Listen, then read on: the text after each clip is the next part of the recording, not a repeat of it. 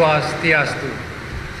Pemirsa Bali TV dimanapun Anda berada, kembali berjumpa bersama saya Nyoman Winata, redaktur pelaksana Bali Pos dalam program Bali Pos Talk. Kali ini kita membahas topik tentang nasib pekerja pariwisata di tengah badai COVID-19. Dan saya sudah bersama dengan Bapak Putu Satya Wiramar Hendra. Beliau adalah Ketua Pengurus Daerah Federasi Serikat Pekerja Pariwisata Serikat Pekerja Indonesia Bali. Dan tentu dalam konteks pandemi COVID-19 di Bali, sektor pariwisata menjadi sektor yang paling keras menghadapi pukulan yang kemudian membuat para pekerja yang mengalami kesulitan yang sangat luar biasa. Nah, kita mencoba untuk menggali informasi sebenarnya bagaimana kondisi para pekerja pariwisata di Bali selama ini. Kita sapa dulu Pak Putu Satya. Om Swastiastu Pak Putu. Om Swastiastu. Bagaimana kabar? Baik, baik. Kayaknya pusing juga nih. Ya pusingnya nggak ada uang. Sehat ya Pak Putu ya? Kondisi fisik pasti sehat. Dompetnya yang sakit gitu. Nah, dompetnya yang sakit. Pak Putu, kita pengen tahu, masyarakat juga pengen tahu sebenarnya bagaimana kondisi sekarang pekerja pariwisata di tengah.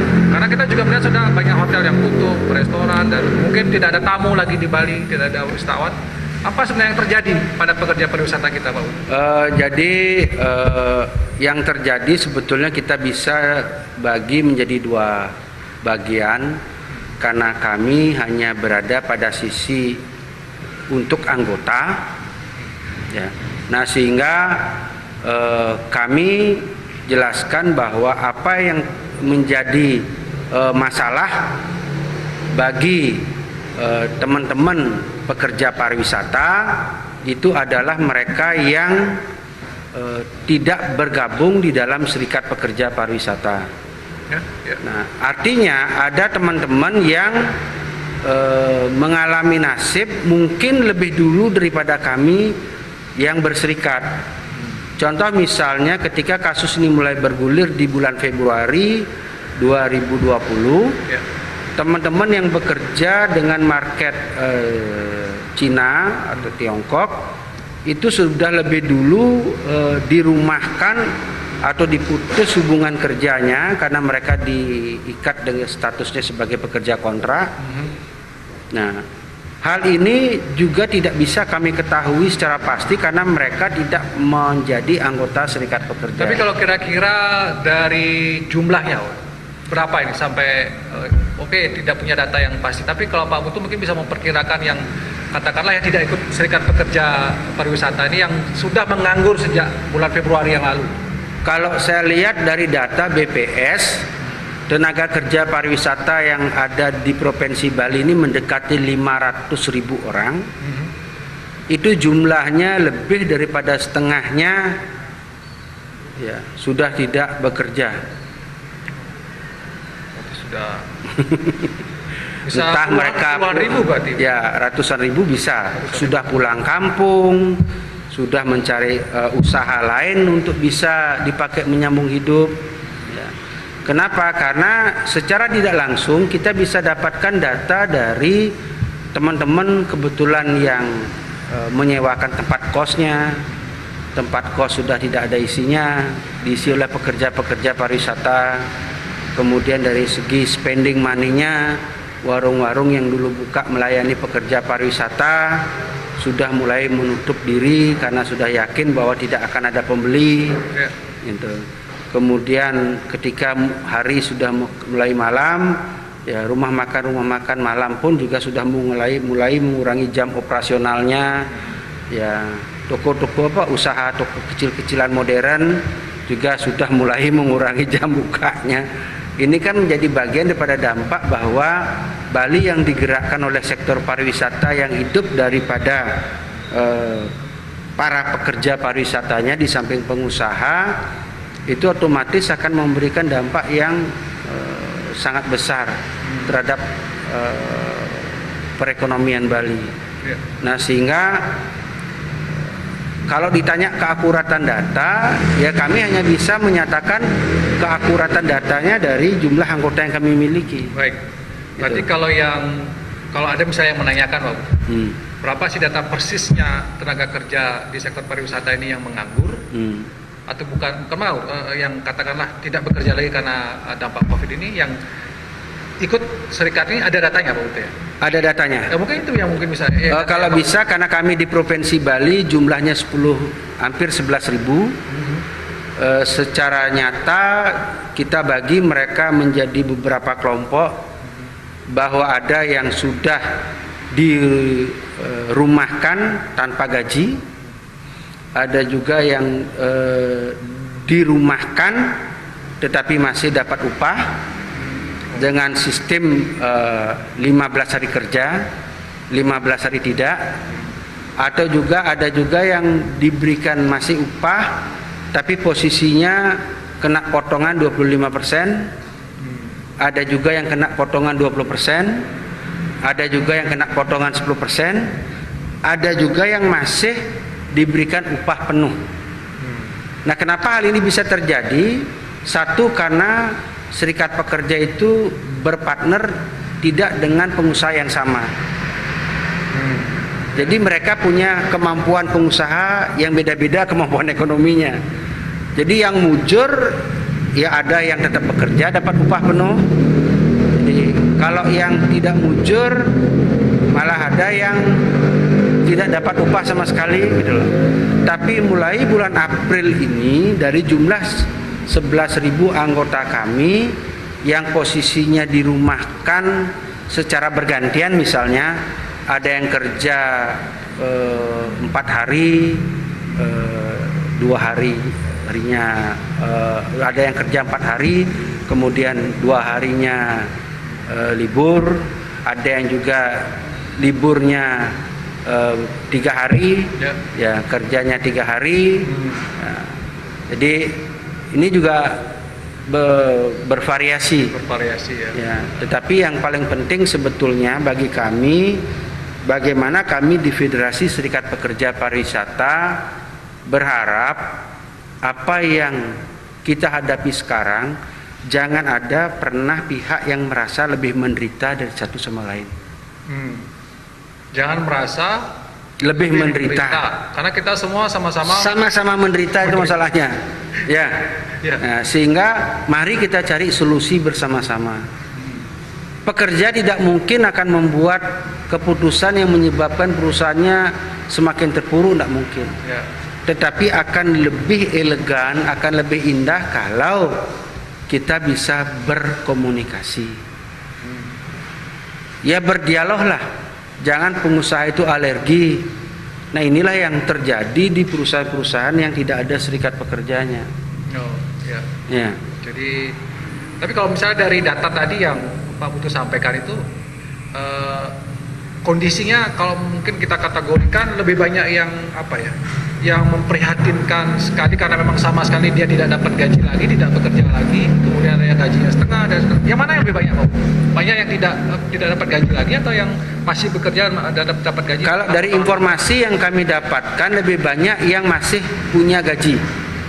Masih punya penghasilan. Entah dia 50%, entah 75%, entah 80%, entah 90%, bahkan 100% upahnya dibayar. Hanya sedikit yang tidak dibayar. Ya. Ini kenapa? Kok bisa seperti karena kondisi ekonomi perusahaannya.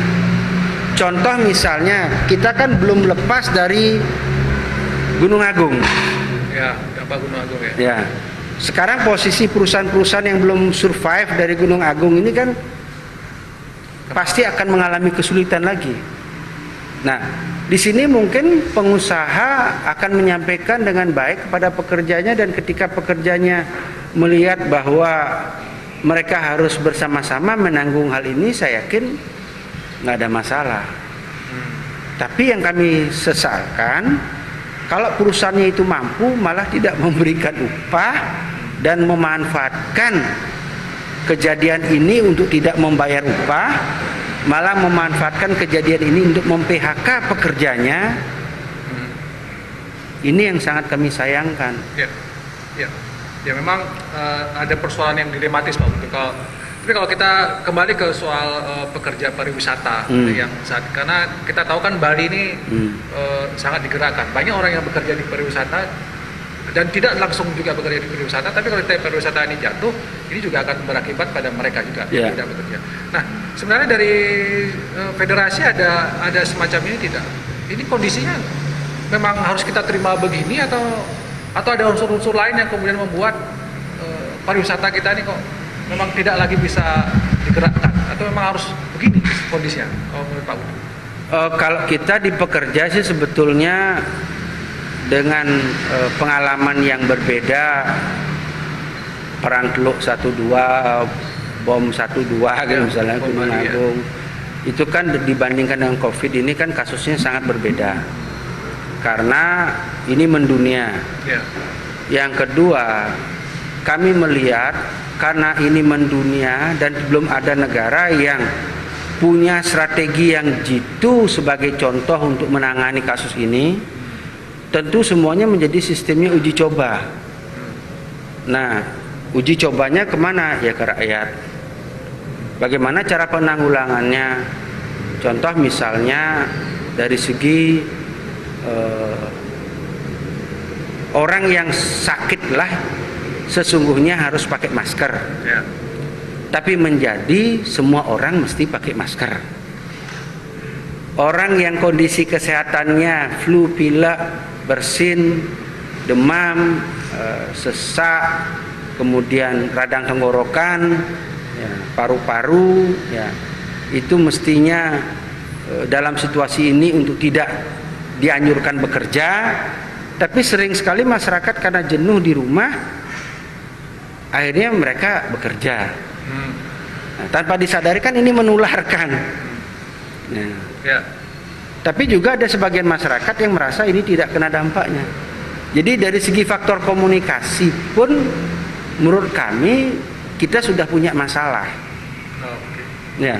Contoh misalnya setelah kita berjalan menggunakan hand sanitizer, beberapa teman-teman pekerja itu komplain karena tangannya mengelupas, panas.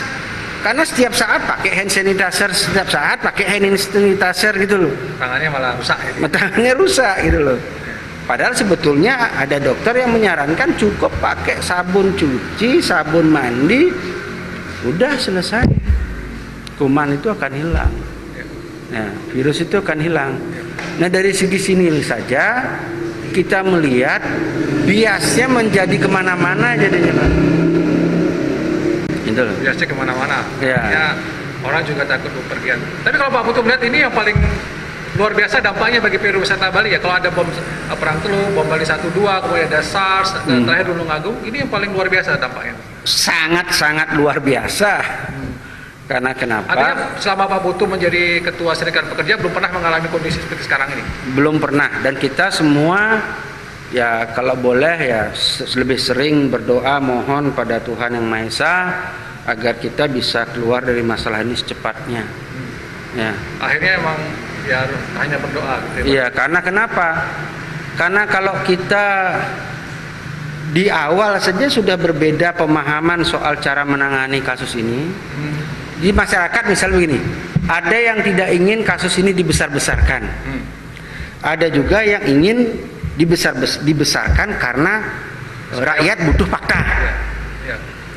Tapi di sisi lain yang berbahaya bagi masyarakat, kalau kecemasan, ketakutan itu semakin besar akan menimbulkan bahaya bagi kekebalan tubuh yang sangat mudah bisa dimasuki oleh penyakit termasuk virus.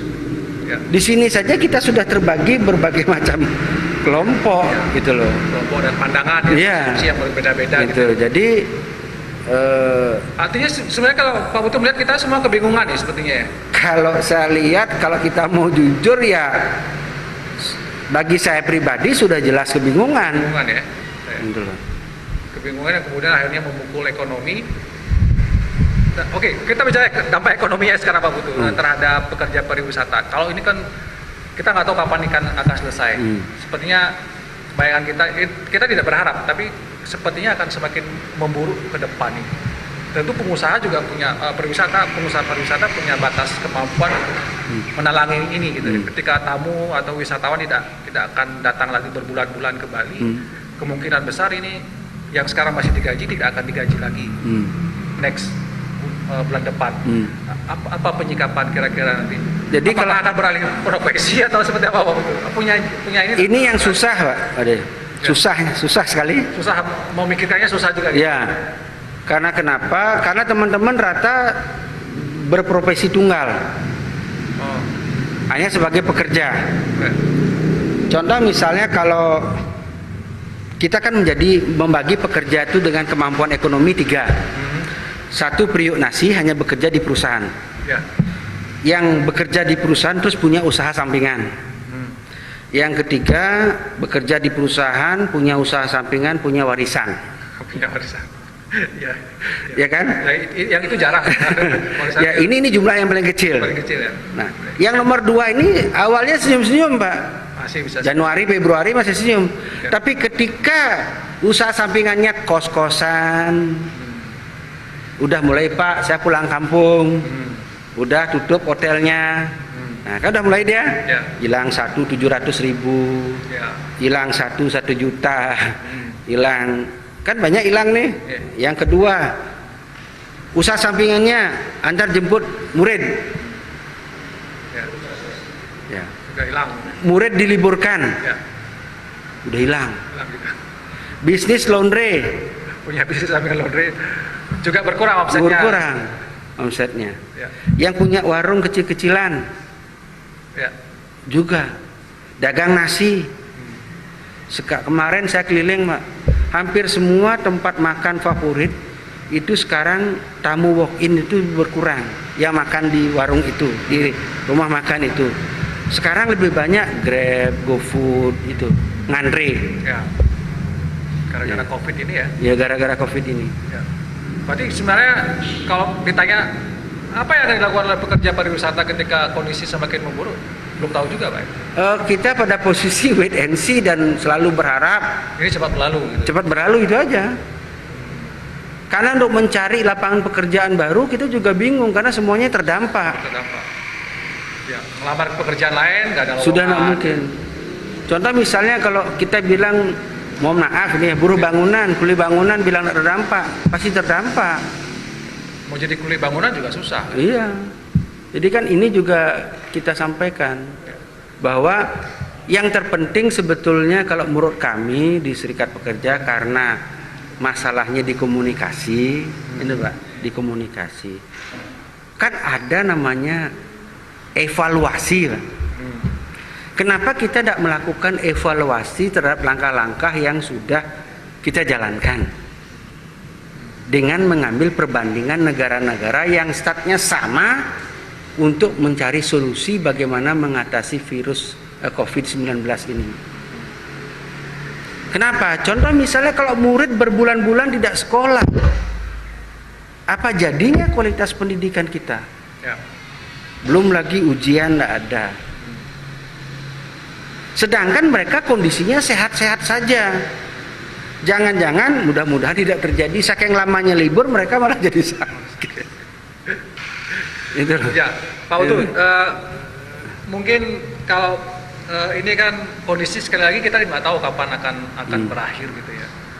Tapi kalau kita mengukur kekuatan para pekerja pariwisata ya dengan tabungan, dengan usaha sampingan dan seberapa lama ini akan kuat bertahan sebelum nanti misalnya mereka akan sangat kesulitan ekonomi dan harus bahkan untuk makan pun mereka akan.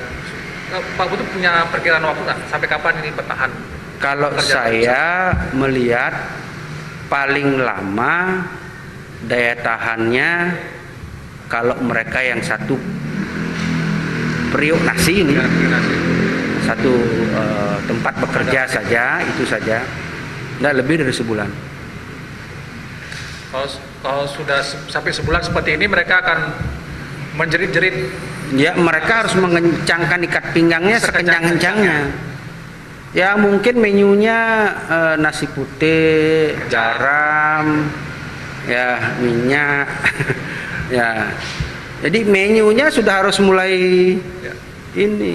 Kalau sekarang ada nggak anggota Pak tuh yang seperti itu sudah mereka untuk makan pun mereka kesulitan? Ada nggak laporan yang Pak Putu terima? Kalau yang begini-begini kan private life, kehidupan pribadi mereka. Ada nggak yang sudah? Tetapi kalau kesan ya cerita teman-teman supaya jane biasane misi B jane memulai sing misi B gitu loh. Kangwang taluh gen gitu.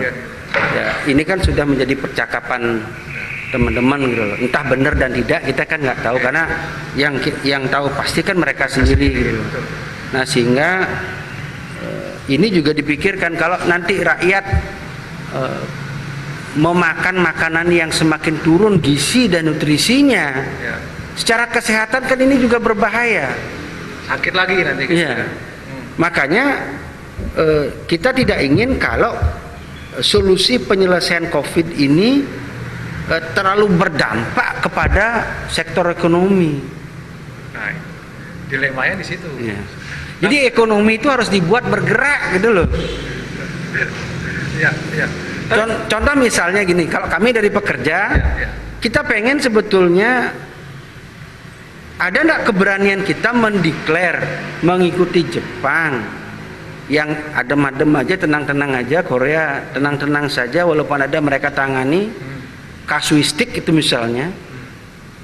Tidak usah digembar-gemboran tapi ditangani dengan baik sehingga bisa disembuhkan karena penyakit ini virus ini sangat besar peluangnya untuk bisa disembuhkan ya gitu ya. Sehingga kita bisa membangun perekonomian Bali yang berbasis pariwisata.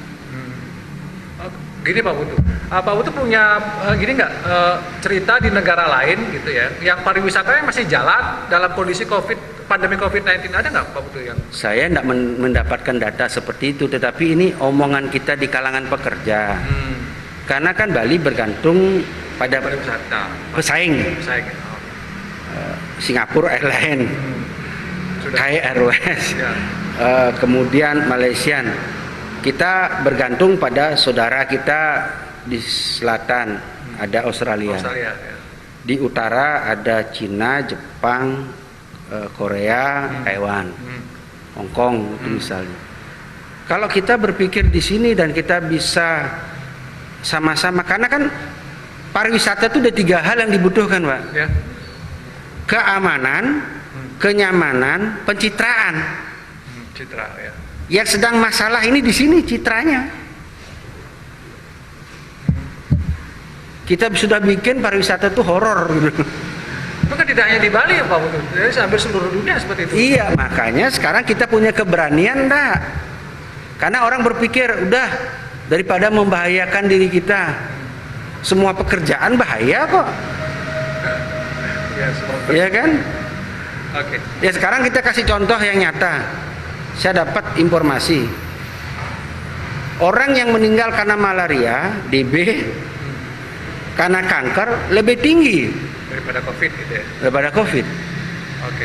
Sebetulnya yang lebih mencemaskan yang mana gitu. Baik Pak Putu, mungkin ini yang terakhir mungkin saya selalu di setiap akhir Bali Post Talk ini memberikan kesempatan kepada narasumber saya untuk menyampaikan mungkin terutama kepada pemerintah Pak Putu. Pekerja pariwisata ini punya harapan tidak? Apa yang harus dilakukan pemerintah dalam kondisi seperti ini? Tentu konteksnya kepentingan pekerja pariwisata. Kemudian juga kepada masyarakat, kemudian juga sesama pekerja pariwisata, apa yang Pak Putu ingin sampaikan? Mungkin sebagai closing statement. Silakan. Jadi begini, kita berharap kepada pemerintah ya, karena bagaimanapun juga dengan kami tidak mendapatkan upah, otomatis kami perlu dukungan bantuan ekonomi dari pemerintah. Itu sudah pasti. Harus dipikirkan ini ya? Itu pemerintah harus mengkalkulasi dengan cermat dari APBD yang mereka punya, APBN yang mereka punya. Ya, itu salah satu cara kita bisa menggerakkan perekonomian. Yang kedua, harapan kami tolong dilakukan evaluasi kembali terhadap cara-cara yang sudah kita tempuh, yang mungkin karena kita tidak punya pembanding itu menjadi jalan sendiri mencari titik temu yang tepat.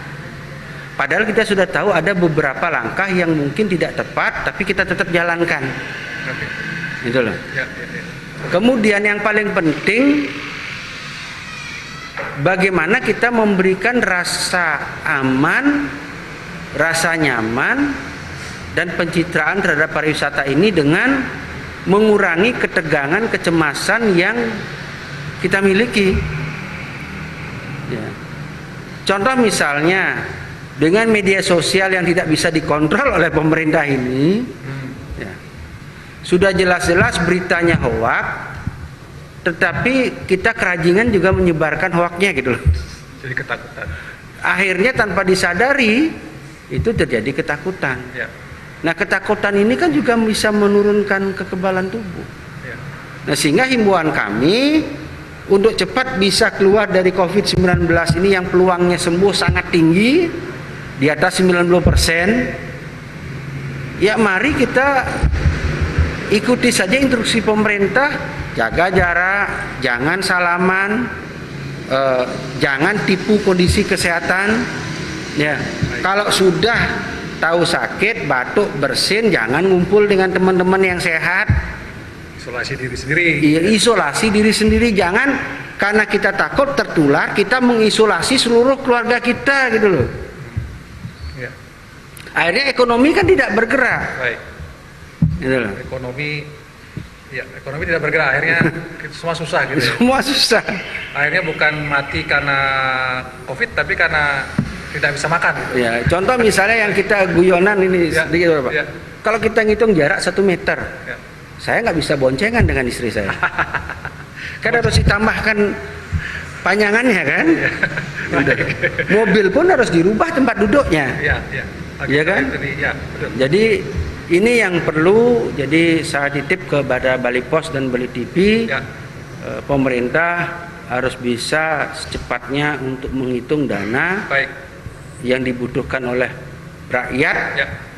dalam rangka supaya ekonomi mereka tidak drop. Ya. Ya, kalau seandainya krisis ini berkepanjangan dan kita sama sekali tidak berharap itu. Ya.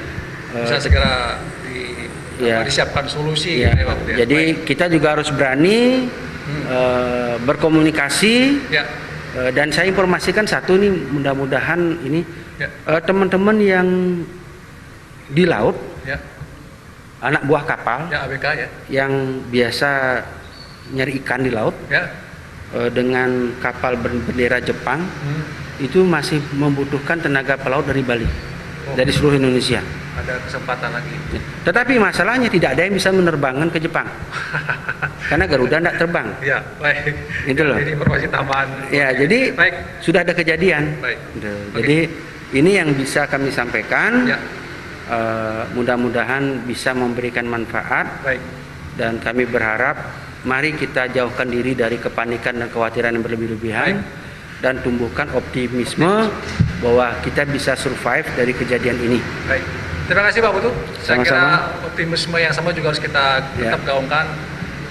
Badan kita sehat, kantong kita juga mudah-mudahan cepat sehat, tidak sakit lagi Pak Putu. Dan pemirsa Bali TV, demikian Bali Post Talk kali ini. Tentu kita dalam pandemi COVID-19 ini berharap segera berlalu. Sekali lagi yang selalu saya sampaikan, semoga badai ini segera berlalu dan pekerja pariwisata kita juga bisa segera bekerja kembali, ekonomi berjalan, dan kita bisa sejahtera lagi seperti sebelumnya. Demikian Bali Post Talk kali ini, saya ucapkan terima kasih atas perhatiannya. Sampai jumpa di Bali Post Talk berikutnya. Saya tutup dengan Paramasanti. Om Santi Santi.